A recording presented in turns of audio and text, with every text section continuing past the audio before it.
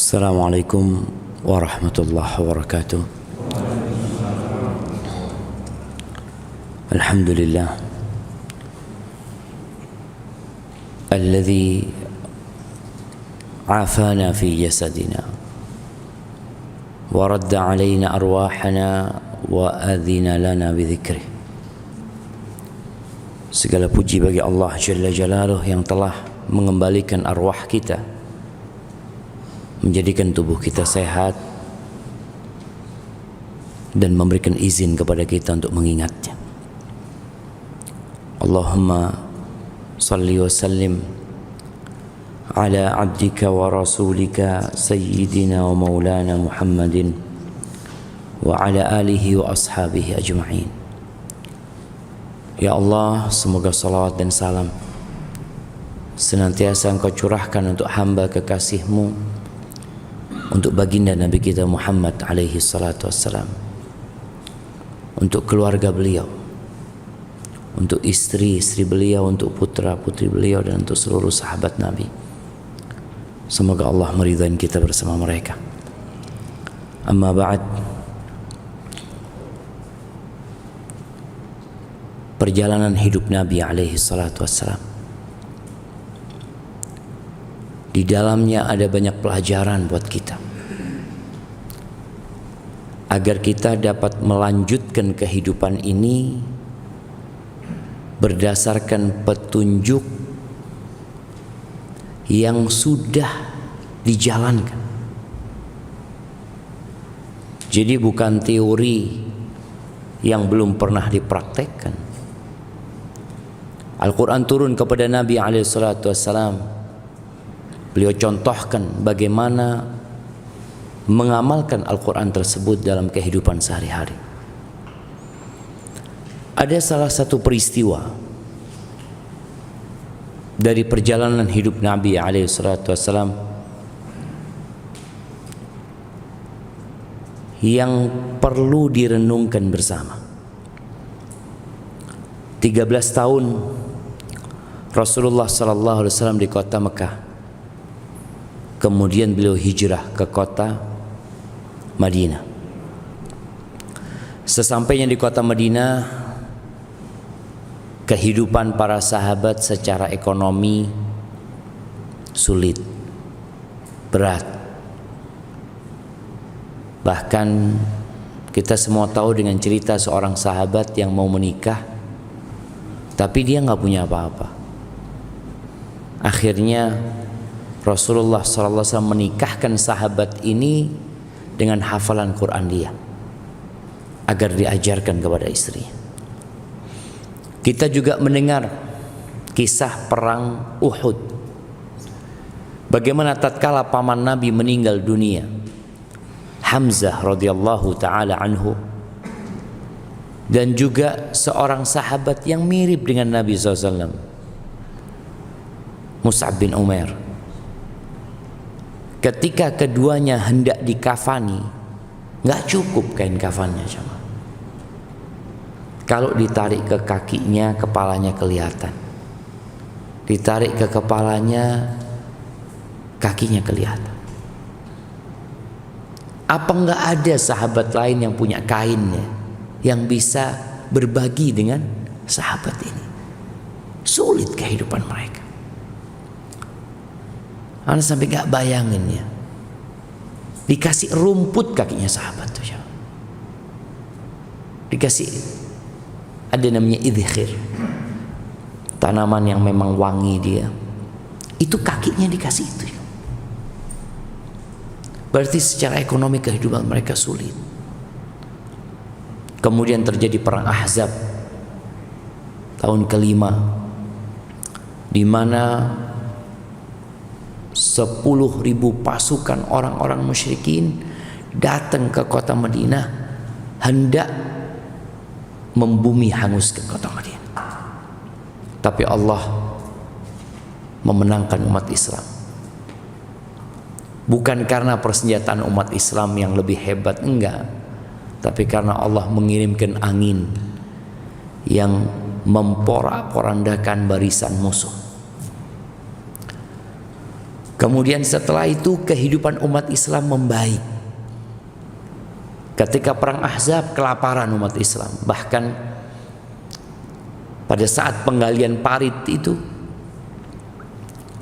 cerita para sahabat bagaimana mereka mengikat perut mereka dengan batu agar lambung mereka tidak tergerus ya, karena kosong dengan makanan.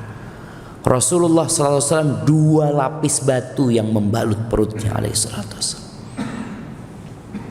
Setelah itu umat Islam mulai lebih tenang hidupnya. Mereka sudah berani berangkat umroh menuju ke Mekah, menuju ke kampungnya musuh-musuh mereka, kaum musyrikin. Walaupun gagal umroh mereka, sampai ke Mekah balik lagi, karena memang nggak boleh umroh. Tapi kemudian terjadi perjanjian Hudaybiyah, genjatan senjata selama 10 tahun. Tahun ke-7 Hijriah umat Islam berangkat umroh, karena dalam poin-poin yang dicatat dalam perjanjian itu mereka boleh umroh tahun depannya. Mereka berangkat umroh, dan di tahun yang sama terjadi penaklukan Khaybar. Khaybar ini kampungnya orang-orang Yahudi, agak jauh dari kota Madinah, ya hampir 200 kilo. Rasulullah SAW menaklukkan Khaybar, dan setelah Khaybar kondisi ekonomi umat Islam membaik, karena Khaybar ini perkebunan kurma yang cukup dikenal, yang hasilnya banyak sekali. Mulai kehidupan mereka nyaman, dan tahun ke-8 Hijriah Allah berikan kemenangan yang dahsyat buat umat Islam, yaitu penaklukan kota Mekah. Perjanjian yang seharusnya 10 tahun hanya berjalan 2 tahun. Dari tahun ke-6 seharusnya sampai tahun ke-16 Hijriah. Tapi itulah kehendak Allah Azza wa Jalla. Jadi kita dalam hidup ini jalankan perintah Allah, jalankan aturan Allah. Mungkin sebagian mengatakan berat ini dan itu, tapi takdir Allah berkata lain. Orang-orang musyrikin berkhianat, mengingkari perjanjian yang dibuat, sehingga akhirnya umat Islam datang menaklukkan Mekah. Setelah Mekah itu Nabi SAW mengatakan la hijrata ba'dal fath, nggak ada lagi hijrah setelah penaklukan kota Mekah. Yang awalnya orang-orang Mekah hijrah ke Madinah, nggak lagi, sudah Mekah sudah menjadi negeri kaum muslimin. Kemudian setelah Mekah itu ada perang Hunain, di mana umat Islam mendapatkan harta rampasan perang terbanyak sepanjang sejarah Nabi SAW. Perang Hunain itu. Kemudian perang Taif dan Nabi pulang ke Madinah. Umat Islam sudah merasa nyaman. Hidup mereka sudah mulai normal. Bicara ekonomi, bicara keamanan, umat Islam dihormatin oleh bangsa Arab.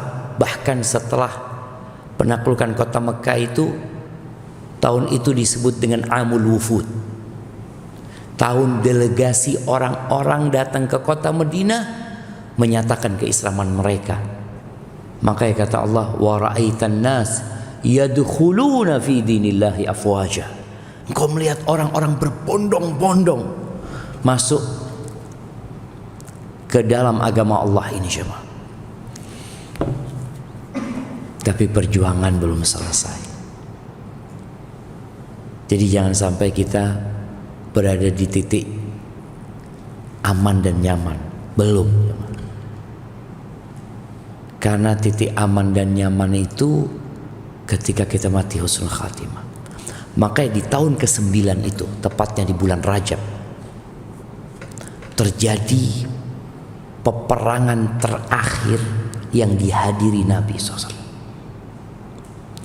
Peperangan terjauh yang pernah ditempuh oleh para sahabat pada waktu itu bersama Nabi alaihi salatu wassalam.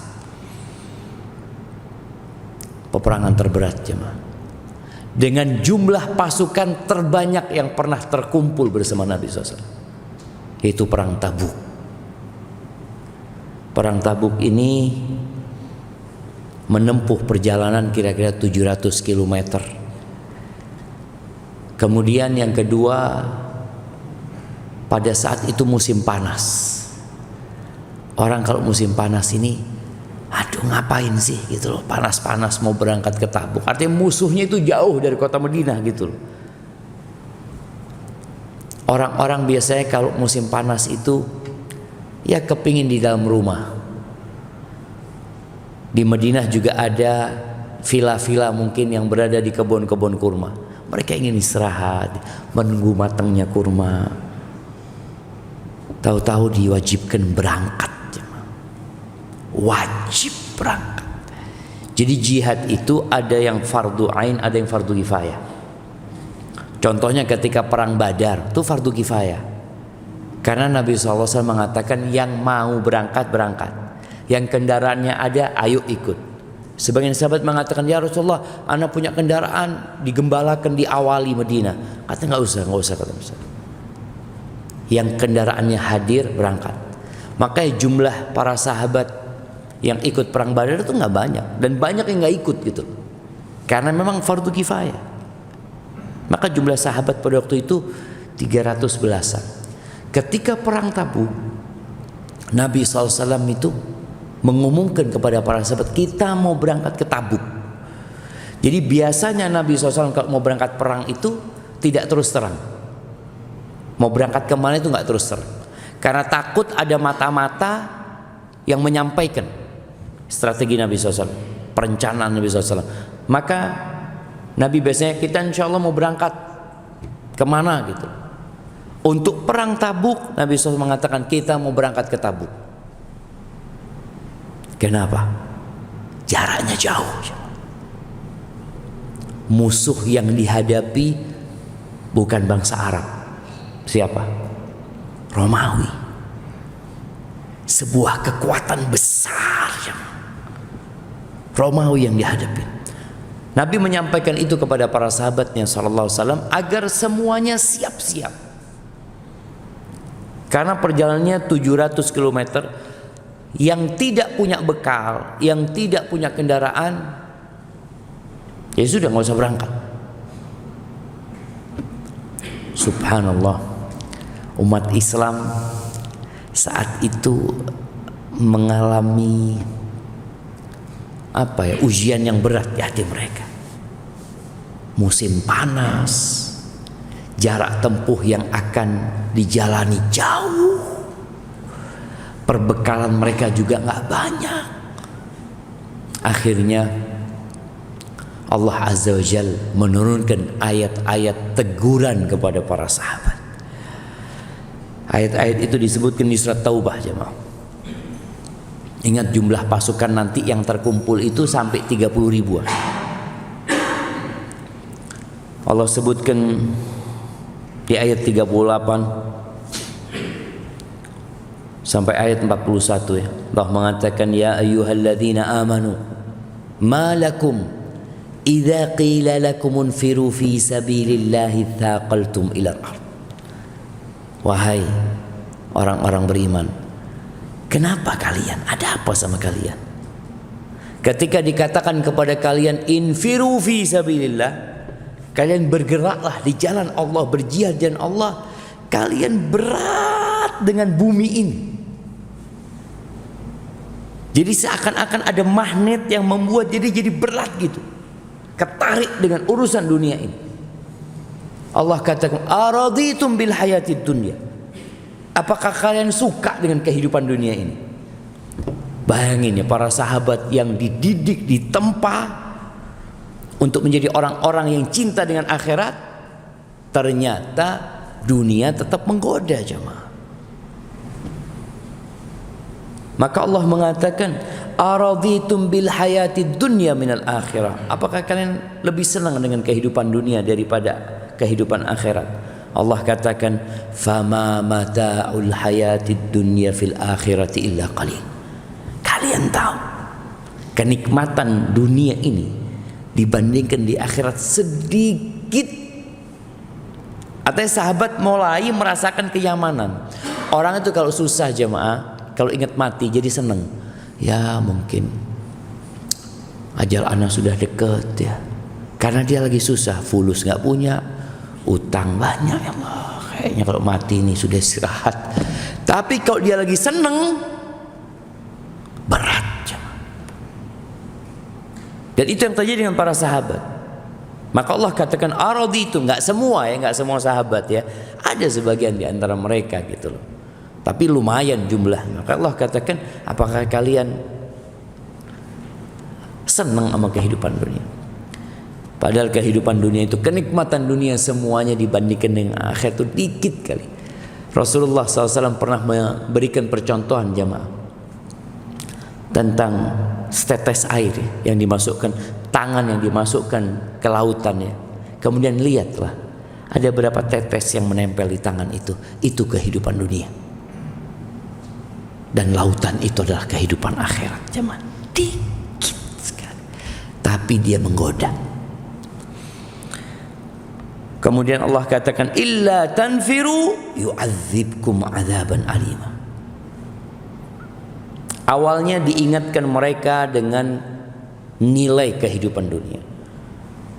Selanjutnya Allah sebutkan ancaman buat mereka.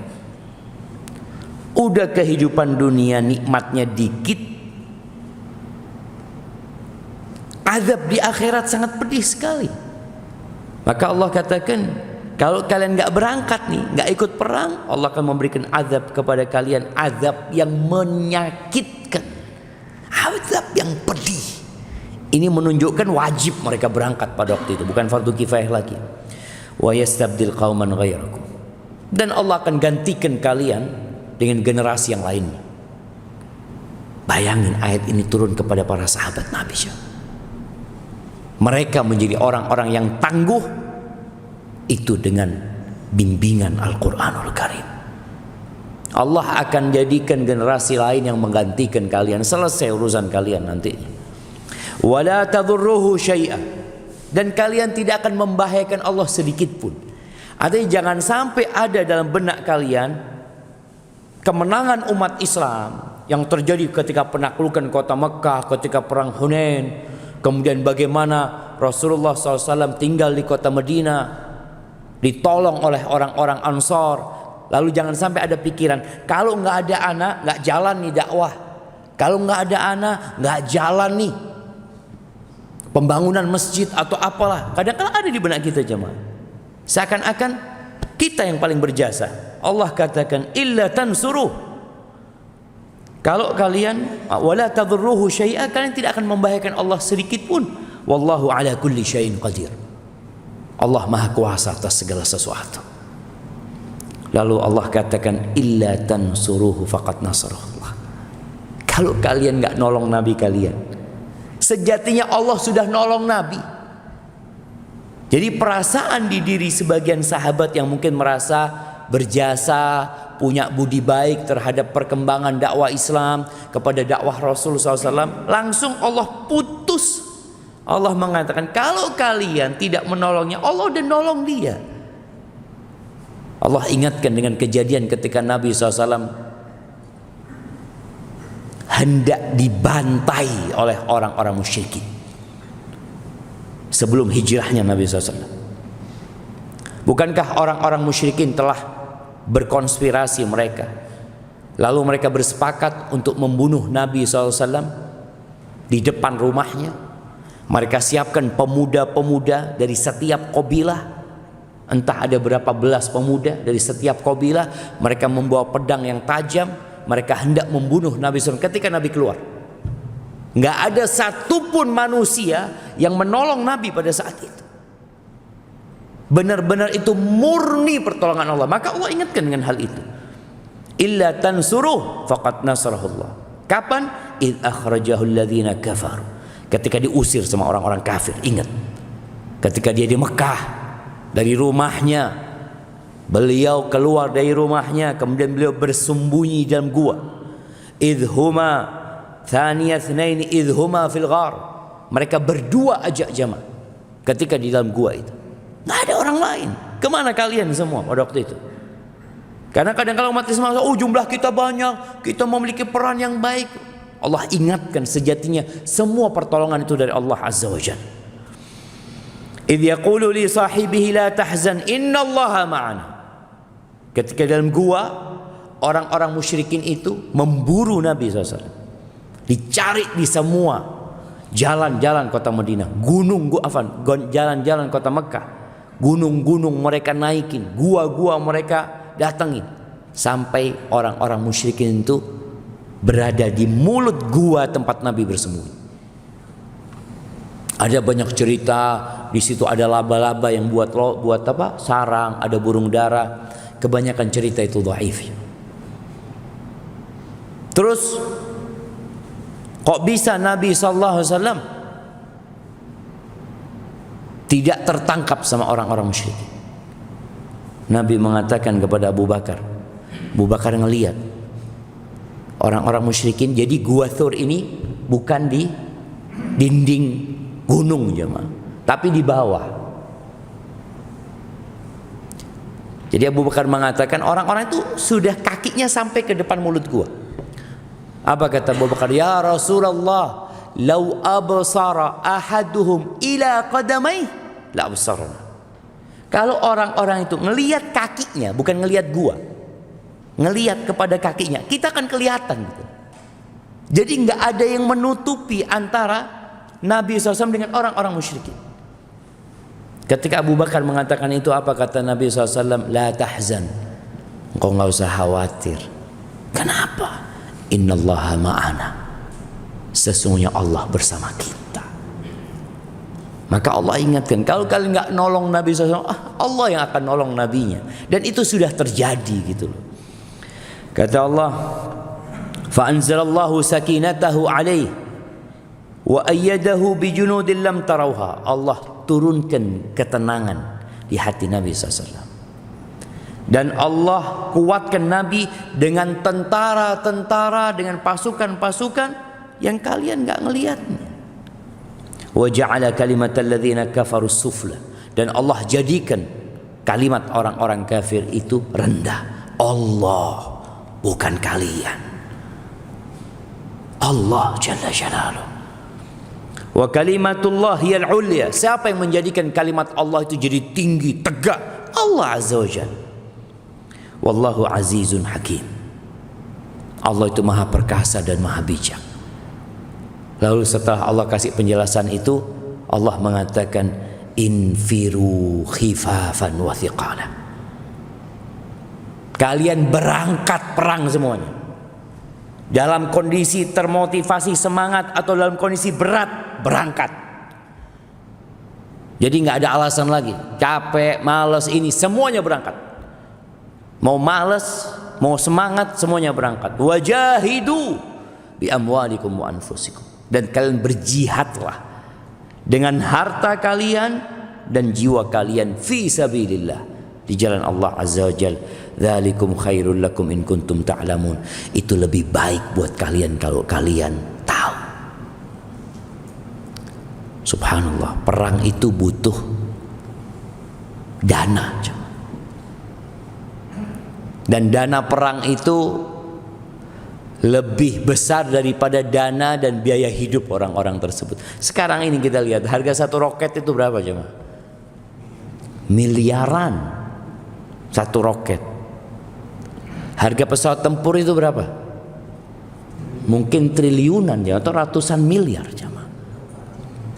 Butuh biaya besar. Maka Nabi SAW membacakan ayat-ayat ini kepada para sahabat agar mereka berjihad dengan harta mereka. Akhirnya datang para sahabat jemaah. Kisah Umar bin Khattab yang bawa setengah hartanya itu ketika perang Tabuk. Abdurrahman bin Auf bawa duitnya 8.000 dirham. 8.000 dirham itu ya cukup buat beli 800 ekor kambing ya. Berapa harga kambing Pak Johan? Mulai mahal ini. Anggap 2 juta. Jadi dikalikan tuh jamaah. Utsman bin Affan ketika itu dia membawa 1.000 dinar. 1.000 dinar jamaah. 4 kilo emas lebih, 4 kilogram. Nah, dibawa diberikan kepada Nabi SAW. Umar bin Khattab bawa setengah hartanya, yang kemudian dia katakan, hari ini aku akan ngalahkan Abu Bakar, kata dia, kalau aku bisa ngalahkan dia. Ternyata Abu Bakar membawa semua hartanya. Nggak ketinggalan sahabat-sahabat jemaah bersedekah. Ada yang punya 1 sok makanan, ya 1 sok itu seberat zakat fitrah, dia bawa, dia berikan kepada manusia. Orang-orang munafik jadi penonton. Kalau ngelihat ada yang sedekah banyak, oh ria ini kata dia. Karena sedekahnya terang-terangan jemaah. Nabi nunggu mereka bersedekah, dibawa uang itu di depan masjid jemaah. Jadi sahabat ada yang bawa 1 sok, kata kalau banyak dikatakan ria, kalau bawa sedikit kata orang munafik, ya Allah nggak butuh sama sedekahmu itu, kata dia. Apa cuma segitu, kata dia. Jadi munafik ini komentator unggul, ulung ya, dia masya Allah. Kalau suruh komentar, masya Allah. Maka hati-hati, jangan jadi komentator terus. Baik, subhanallah. Akhirnya terkumpullah uang yang cukup banyak. Beli onta, persiapan.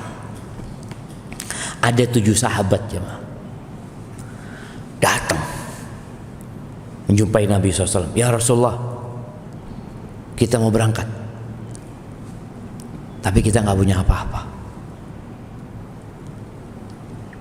Kata Nabi SAW, la ajidu ma'amilukum alaih. Nggak bisa. Nggak ada kendaraan buat kalian. Perjalanannya 700 kilometer ya. Nggak ada kendaraan buat kalian. Akhirnya 7 sahabat itu pulang nangis ya. Dari 7 itu ada 2 orang keluar dari rumah Nabi SAW atau dari masjid Nabi, dia dalam kondisi nangis ya. Ketemu sahabat, kenapa kalian menangis, kata dia. Kita mau berangkat perang tapi kita nggak punya kendaraan, Nabi nggak bisa bawa kita, kata dia. Apa kata orang ini? Aku punya onta yang buat nyiram kebun, kata dia. Kalian pakai aja. Dari 7 itu 2 orang bisa berangkat jemaah. Tinggal 5 orang. Salah satunya ada Zaid bin Ablah, kalau nggak salah namanya, Zaid bin Ablah. Malam hari dia sholat malam jemaah. Entah berapa rakaat dia sholat, kemudian dia nangis. Dia mengatakan, Allahumma, kata dia, ya Allah, Engkau perintahkan kepada kami untuk berangkat perang ya Allah. Tapi Engkau tidak menjadikan buat aku harta yang aku bisa dengannya berangkat. Dan Engkau juga tidak memberikan kepada nabimu kendaraan yang sehingga aku bisa ikut sama nabimu. Ya Allah, kalau gitu ya Allah, aku bersedekah dengan semua kezaliman yang dilakukan orang kepada anak. Aku sedekah dengan kezaliman orang-orang itu, aku jadikan buat umat Islam semuanya. Baik kezaliman itu di hartaku, di diriku, di kehormatanku, aku sedekahkan buat umat Islam semuanya. Dia sedekah dengan pahalanya, bayangin. Dia nggak punya lagi. Akhirnya sholat subuh nih di Masjid Nabawi. Selesai sholat subuh, Nabi SAW mengatakan, Ainal mutasaddiqul laylah? Siapa yang tadi malam sedekah? Gak ada yang nunjuk wala apa. Nabi ngulangin lagi. Ainal mutasaddiqul laylah falyakum? Nabi, yang sedekah tadi malam berdiri. Berdirilah Zaid bin Ablah. datang menjumpai Nabi SAW. Apa kata Nabi SAW? Absyir, bergembiralah engkau, Allah sudah terima sedekah. Artinya memang hari itu benar-benar semangat para sahabat itu. Akhirnya terkumpul 30.000 pasukan, berangkat mereka. Dari banyaknya pasukan itu, sebagian sahabat mengatakan kalau ada yang nggak ikut, insya Allah nggak ketahuan. Andai kalau ada yang nggak ikut, karena jumlahnya banyak sekali jemaah. Tapi ternyata sepanjang jalan Nabi SAW itu mengecek para sahabatnya. Mana fulan, kata dia. Tanya sama salah satu orang, siapa yang nggak ikut perang, kata dia. Ada fulan macam-macam. Jadi yang tidak ikut perang itu imma atas perintah Nabi SAW untuk menjaga kota Madinah, seperti Ali bin Abi Thalib, dia menjadi pengganti Nabi di kota Madinah. Imam mereka orang-orang yang lemah, ya, yang memang nggak bisa berangkat sudah karena uzur. Yang keempat, ada orang-orang yang seharusnya dia berangkat tapi nggak berangkat, nggak punya alasan dia nggak berangkat. Dia orang-orang Muslim, orang-orang mukmin, tapi bermaksiat, nggak berangkat. Yang keempat, orang-orang munafikin. Di antara yang nggak berangkat itu ada sahabat namanya Abu Khaythama. Rasulullah SAW sudah berangkat jemaah. Abu Khaythama ini punya niat berangkat dia. Akhirnya suatu hari setelah beberapa hari Nabi jalan, dia masuk ke kebun dia jemaah. Dia punya istri 2. Dia cerita, ketika aku masuk ke kebunku, 2 istrinya ini di kebun itu punya 2 gazebo jemaah. Dilihat istrinya sedang menyiapkan gazebo itu, ya, didinginkan, disiram air, kemudian buah-buahan makanan ditaruh di sana. 2 istrinya sama melakukan hal itu. Kemudian Abu Khaythama ini berdiri di depan pintu gazebo itu sambil melihat kelakuan istrinya yang dikerjakan istri. Lalu dia mengatakan, ya Allah, Rasulullah SAW kata dia, fiddikh warri wal har. Sekarang nih Rasulullah SAW sedang kepanasan, kata dia.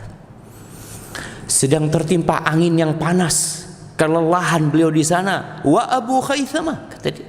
Dan Abu Khaythama berada fi dhillin barid, berada di naungan yang dingin, berada di makanan yang enak, bersama istri-istrinya yang cantik, kata dia. Ma hadza binnis. Demi Allah ini enggak fair, kata dia. Enggak fair kayak gini, kata dia. Dia baru sadar ya. Lalu dia mengatakan kepada kedua istrinya, wallah, demi Allah aku enggak akan masuk ke tempat kalian berdua. Enggak akan masuk, kata dia. Lalu dia mengatakan, hayyi Ali, aku mau berangkat. Siapkan kendaraanku dan bekalku.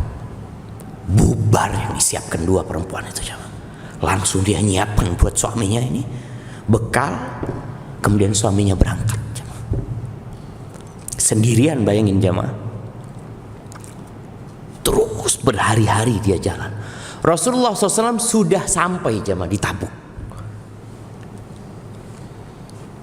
Ketika Nabi dalam tempat persinggahannya bersama para sahabat mengatakan, ya Rasulullah, hadza rakibun muqbil. Ya Rasulullah, ini kok ada pengendara yang sedang datang, kata dia.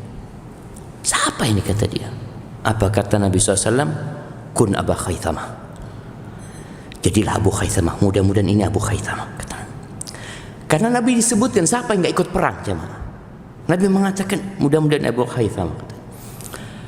Terus kan mendekat itu jemaah. Ternyata betul Abu Khaythama. Kata para sahabat, ya Rasulullah, wallahi huwa Abu Khaythama. Ini Abu Khaythama ya Rasulullah. Turun dari ontanya, Abu Khaythama menjumpai Nabi SAW, nangis Abu Khaythama.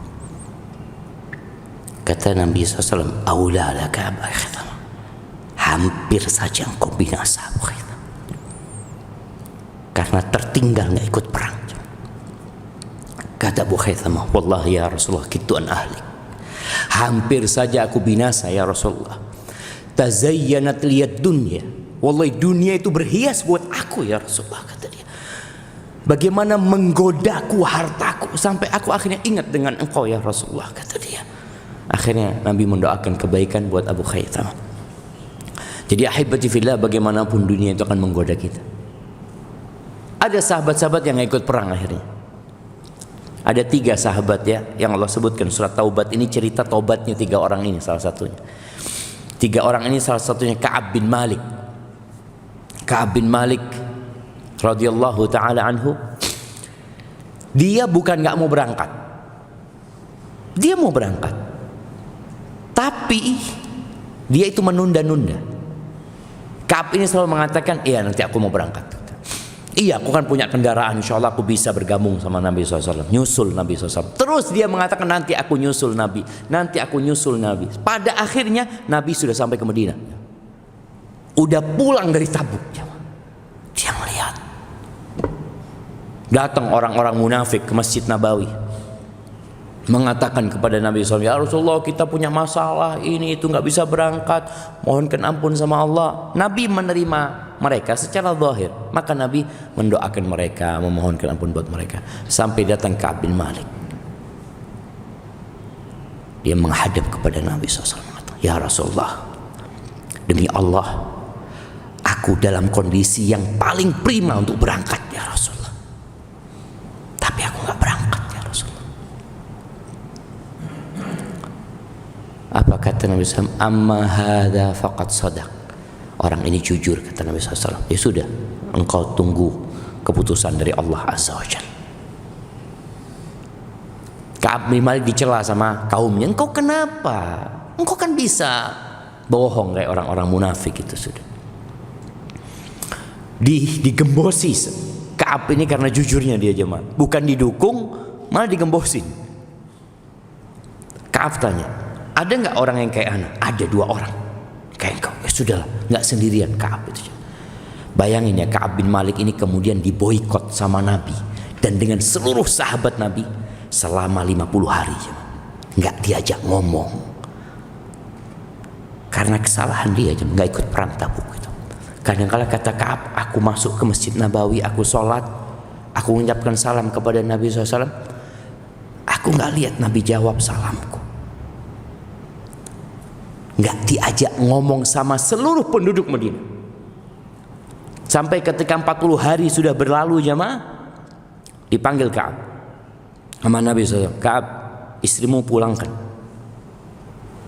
Kata Ka'ab, ya Rasulullah, apa aku ceraikan dia? Enggak, kata dia, engkau pulangkan dia. Subhanallah, dalam kondisi Ka'ab nggak diajak ngomong sama penduduk Madinah, jemaah, datang surat dari Raja Syam sana, jemaah, dari Ghassasin. Surat itu isinya apa? Wahai Ka'ab, aku dengar kawanmu sudah nggak bertegur sapa lagi dengan engkau. Dia sudah memboikotmu. Kata dia, engkau bergabunglah sama kita, kita akan memuliakan engkau. Apa kata Ka'ab? Ini fitnah lagi, kata Ka'ab. Suratnya itu dimasukkan ke tungku, jemaah. Sampai hari ke-50 baru datang ayat, baru turun ayat tu ala thalathatil ladzina khulifu hatta idza dhaqat alaihimul ardu bima rahubat wa dhaqat alaihim anfusuhum. Allah ceritakan bagaimana kondisi hati 3 sahabat ini, jemaah. Sempit dunia ini buat mereka, jemaah. Udah nggak ada yang ngajak ngomong mereka, jemaah. Ka'ab itu berangkat ke sepupunya. Pernah dia ke tempat sepupunya, pintunya ditutup, dia naik tembok, jemaah. Pagar apa? Pagar kebunnya. Ketika dia, enggak, aku nggak mau ngajak ngomong engkau, kata sepupunya. Jadi benar-benar diboikot Ka'ab. Tapi karena dia jujur, jemaah. Orang jujur itu bukan berarti langsung seneng, enggak. Tetap diuji. Akan diuji keimanan dia. Itu ada kisah-kisah yang mungkin kita perlu baca lagi, jemaah, untuk memotivasi kita agar kita tahu agama ini nggak butuh sama kita. Jangan pernah merasa berjasa dengan apa yang kita lakukan. Sejatinya kata Allah, in ahsantum ahsantum li anfusikum. Kalau kalian berbuat baik, itu kebaikan buat kalian sendiri. Buat kalian sendiri sebenarnya. Wa in asatum falaha, tapi kalau kalian berbuat buruk, ya akan kembali kepada diri kalian sendiri. Aqulu qawli hadza wa astaghfirullah li wa lakum wa lisa'ilil mu'minin wal mu'minat fastaghfiruhu innahu huwal ghafurur rahim. Assalamualaikum warahmatullahi